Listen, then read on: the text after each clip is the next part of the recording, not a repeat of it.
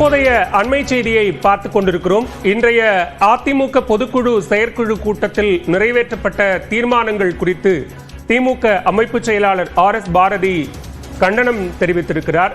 கண்டன தீர்மானம் என்ற பெயரில் அதிமுக பொதுச் செயலாளர் எடப்பாடி பழனிசாமி கட்டுக்கதைகளை கூறியிருக்கிறார் என திமுக அமைப்பு செயலாளர் RS பாரதி குற்றம் சாட்டி அறிக்கை ஒன்றை வெளியிட்டிருக்கிறார். இன்றைய அதிமுக பொதுக்குழு செயற்குழு கூட்டத்தில் திமுக அரசை குற்றம் சாட்டியும் அதே நேரத்தில் மத்திய அரசை வலியுறுத்தியும் 16 தீர்மானங்கள் நிறைவேற்றப்பட்டிருந்தன.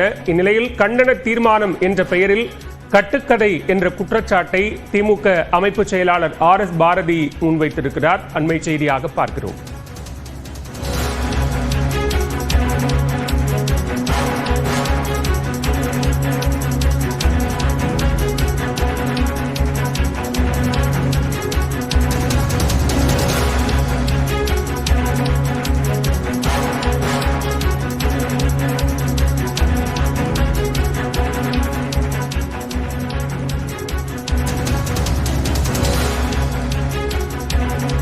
கூடுதல் விவரங்களோடு இணைகிறார் சிறப்பு செய்தியாளர் தமிழரசி.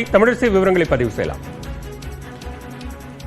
பாலா, திமுக அமைப்பு செயலாளர் RS பாரதி தற்போது அறிக்கை ஒன்றை வெளியிட்டிருக்கிறார். அந்த அறிக்கையில் திமுக அரசின் மீது இட்டுக்கட்டி களங்கம் சுமத்த நினைக்கும் அதிமுகவின்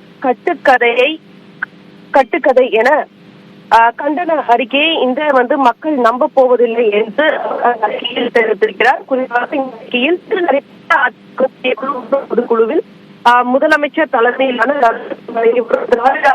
ஆட்சியின் மீது சில கண்டன தீர்மானங்களை நிறைவேற்றி அதன் மூலம் களங்கம் சுமத்திடலாம் என கற்பனை கோட்டையை திரு எடப்பாடி பழனிசாமி கட்டியிருக்கிறார் என்றும், பொதுக்குழுவை கூட்டி விட்டோமே, தீர்மானத்திற்கு என்ன செய்வது, எங்கே போவது, குறையின்றி நடந்து வரும் திமுக அரசு மீது எதை சொல்லி பழி போடுவது என தெரியாமல் இட்டுக்கட்டி பொய்களை எழுதி நிரப்பி கண்டன தீர்மானம் என கதை கட்டியிருக்கிறார். இது கட்டுக்கதை பழனிசாமி என அந்த அறிக்கையில் இந்த அதிமுகவின் பொதுக்குழுவில் நிறைவேற்றப்பட்ட தீர்மானங்களுக்கு எதிராக கண்டனத்தை பதிவு செய்து திமுக அமைப்பு செயலாளர் RS பாரதி அறிக்கை வெளியிட்டிருக்கிறார். பாலா,